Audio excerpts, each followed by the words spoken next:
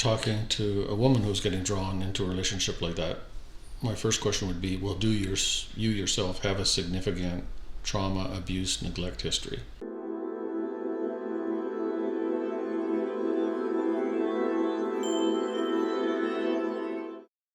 So, Dr. Ross, I'm really interested to get a psychiatrist's perspective on the movie 50 Shades of Grey. Did you see it? Can you share any thoughts with us about your take? I did see it. I haven't read the books, but I did see the movie. And number one, it's a very well made movie, good acting, good lighting, etc. But I remember just a little ways into it, turning to the person I was at the movie with and going, oh, I get it. This is a trauma story. Which I sort of kind of knew in advance, but it really kind of sank in as I was watching the whole story unfold, which is basically there's Christian Grey, who's a sadomasochistic, fetish, bondage kind of guy, and there's the Dakota Johnson, who's the naive, relatively inexperienced young woman who's kind of drawn into it, and then it goes into the R-rated sex scenes aspect of it. So the things that struck me are, well, clearly it's very glamorized, it's beautiful people, tons of money, rich guy, beautiful sets. But the core of the story to me looked like he had some sort of big traumatic childhood, which we're told, but it's not really sketched in, up until when he was an adolescent and was kind of a Mrs. Robinson older figure, started having sex with him for a couple of years. Oh, wow. And it's always that kind of back and forth. Was he a lucky guy because he got to have sex with the older woman? It's pretty clearly stated in the movie, but in a subtle way, that it was trauma. It affected him deeply. He's very bothered by it. But he's got all that stuff down. And now he's trying to exercise counter control through the bondage and the domination. And he says at some point in the movie, I'm 50 shades of effed up. So he's, in a way, very clear that this is all driven by his unresolved trauma. And then Dakota Johnson, obviously is tempted, drawn in, wants to experiment, and that's kind of the glamour part of it. But she starts, little bit by little bit, clearly seeing that this is not healthy. There's a compulsive aspect to this. It's driven by his trauma. And she's already starting to set some limits, pull back. That's weird, that's sick, that's unhealthy, I'm not doing that. And then I know in the subsequent books, it goes in the direction of they kind of meet in the middle. He's drawn her into that lifestyle, but she's drawing him out of the trauma, out of the need for control. So it's kind of the heroine rescues the poor suffering trauma victim, which is okay, but the downside of that is, well, then the woman who's the victim of the controlling bondage guy now becomes the rescuer, and it's her responsibility to fix him, which is not a real good message for abuse, childhood sexual abuse, trauma survivor women. Right. It's not very realistic. It's totally unrealistic. I mean, what are the odds that the guy's going to be flying around in his private jet sort of thing, or private helicopter, which he's the pilot of? So it's very unrealistic. But the romanticization part of it's, to me, a bit of a concern. Because it's delivering the message that this is fun, but simultaneously delivering the message this is all unresolved trauma, it's unhealthy. Right.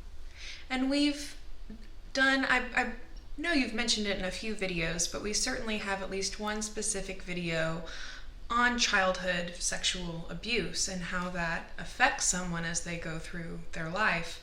And as somebody who really specializes in trauma and helping people work through that trauma, I think you shared a lot of interesting perspectives in that video. Do you feel that the movie, somewhat glamorized, what these different behaviors that he's taking on as a result of the trauma, that it glamorizes that he was traumatized and abused as a child? Well, it glamorizes clearly in the sense of the average person who's into that kind of lifestyle doesn't have that kind of money. The room's not so glamorous. It's not so nicely lit. The people aren't probably quite as good looking. So it's all Hollywoodized and glamorized. But it does make the effects of the trauma seem kind of cool and a lifestyle choice, Right. while at the same time subtly pointing out that it really isn't, and that if he could deal with the underlying unresolved traumatic feelings, then he wouldn't have to do the compulsive counter control, Right. and then he would be easing himself out of that. Mm-hmm. So it's a very mixed message.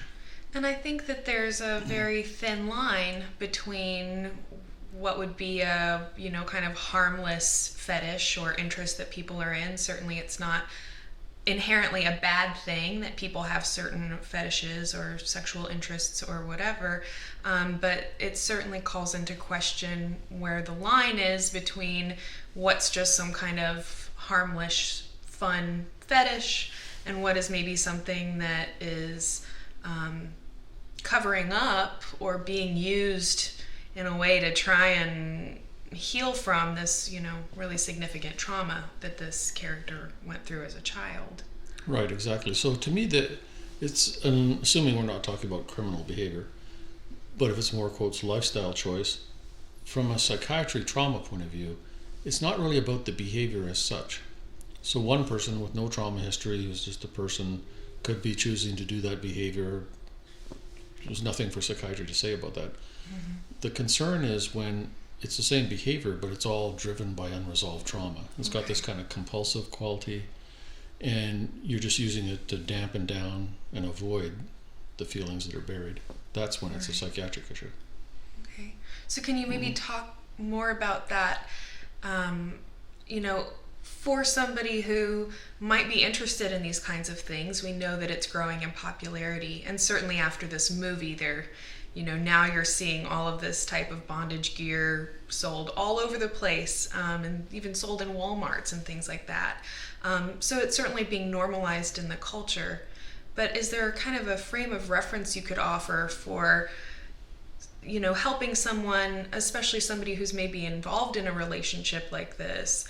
Where is the line drawn between, it's just a fun fetish or something the person is interested in, or it's actually maybe a sign that there's some kind of trauma or pain that person is trying to cover up? Well, that's a very good question for which there's no precise answer. But basically, talking to a woman who's getting drawn into a relationship like that, my first question would be, well, do you yourself have a significant trauma, abuse, neglect history? If not, if you had a healthy childhood, then my concern level goes down. But if you have a big, especially sexual abuse trauma history, then I'm going to want to know, okay, why are you doing this behavior? And I'm going to want to listen carefully for, I'm trying to fix the guy.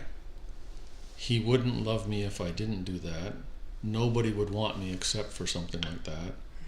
That's all I deserve. And it's not a good feeling. It's a bad, negative feeling about yourself, who you are, what you're worth. That's all I am. So if there's a lot of negative beliefs and negative energy behind it, that's a big red flag. Okay. Whereas if it's just, I like to shoot skeet, or I like to ride bicycles, or I like to pick mushrooms, or I like to do this, and the feelings are all fine, there's no trauma history, there's no compulsive quality, it doesn't have that kind of addictive flavor, then psychiatry doesn't have anything to say. Right. So that's the inventory of things that I think the person should ask themselves are, do I have a trauma history? Do I really, really, really want to do this? Or is this based on negative beliefs about myself and my worth and my value to other people? Or a fantasy that I can rescue this poor guy if I just do what he wants? Right. That's what I'd look out for. Okay. So, do you have any other, and that was all really valuable information, and I would hope that, that people who maybe are in this situation, could look at those things you just mentioned and kind of evaluate for themselves whether or not this is something that's potentially a good idea, or whether maybe this is a sign that they need to work through some trauma or talk to a therapist or something about those feelings, those negative feelings about themselves that they might have. Do you have anything else that you would want to share, maybe as advice for people who are in abusive relationships where those negative feelings about the self are there the addictive like quality as opposed to it just being something that's fun and enjoyable? Well, any kind of battering relationship, including sexual sadism relationship, the first step is you got to realize what it is. Realize that it doesn't feel good and that you do want to get out. And then I would say the next step is you got to find somebody, whether it's a professional, a neighbor, a friend, pastor, whoever, that you can start talking to about it. And that's the first step out of the process. It's a big, long, painful process to step out. You don't just all of a sudden jump out in one step. Right, understandably. So Dr. Ross, if people wanted to learn more about the trauma model therapy that you have developed and other practitioners throughout the country and the world who can do this kind of trauma model therapy, do you have a website or something you would direct them to? Well, my personal website is rossinst.com, which is short for Ross Institute. And my trauma model therapy book you can get from my website or from Amazon. Okay. And these days you can Google search just about anybody. So there's societies for treating sexual addictions.